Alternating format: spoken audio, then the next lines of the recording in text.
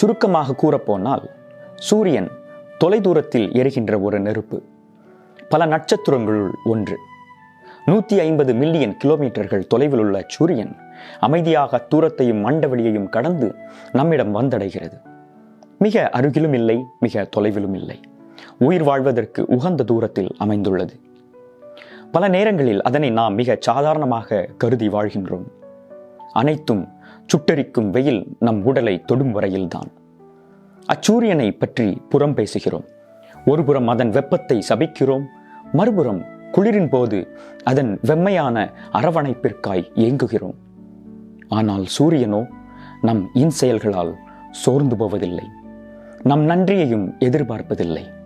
பிரகாசமான வெளிச்சத்தையும் மிதமான ஆறுதலையும் தாராள மனதுடன் தருகிறது.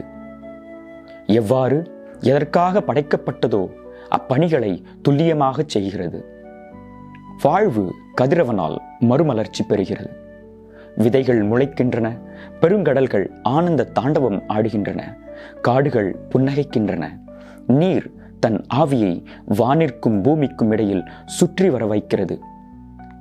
பூக்கள் பூக்கிறது, வானவில் தன் வர்ணங்களை வெளிக்கொணர்கிறது. கதிரவனானது நம் ஒருவர் மற்றவருக்கு இடையில் இருக்கின்ற தூரத்தை நினைவூட்டுகிறது. நாம் என்னத்தான் மிக நெருக்கமாக நல்லுறவோடு வாழ்ந்தாலும் தூரம் என்பது இன்றியமையாத ஒன்றாக நம்முள் இருக்கத்தான் செய்கிறது. அடுத்தவரின் எல்லைக்குள் ஊடுருவாத அந்த தேவையான தூரம். சூரியன் நம் வாழ்க்கையின் விரயத்தை ஆராய்ந்து நோக்கச் செய்து அடுத்திருப்பவரின் அல்லது நமக்கு அன்பார்ந்தவர்களின் எல்லையையும் சுதந்திரத்தையும் ஆக்கிரமிப்பதன் மூலம் அவர்களை கட்டுப்படுத்த ஏங்கும் நமது நெறியற்ற விருப்பத்தை மறுபரிசீலனை செய்ய நமக்கு அழைப்பு விடுக்கிறது. ஒருவேளை சூரியன் நமக்கு கற்றுக் கொடுப்பது யாதெனில், உய்தல் என்பது நம்முள் இன்றியமையாது இருக்கின்ற தூரத்தை மதிப்பது. இத்தொலைவு ஒருபுறம் நமக்கு ஆழ்ந்த மனவேதனையை ஏற்படுத்தக்கூடும்.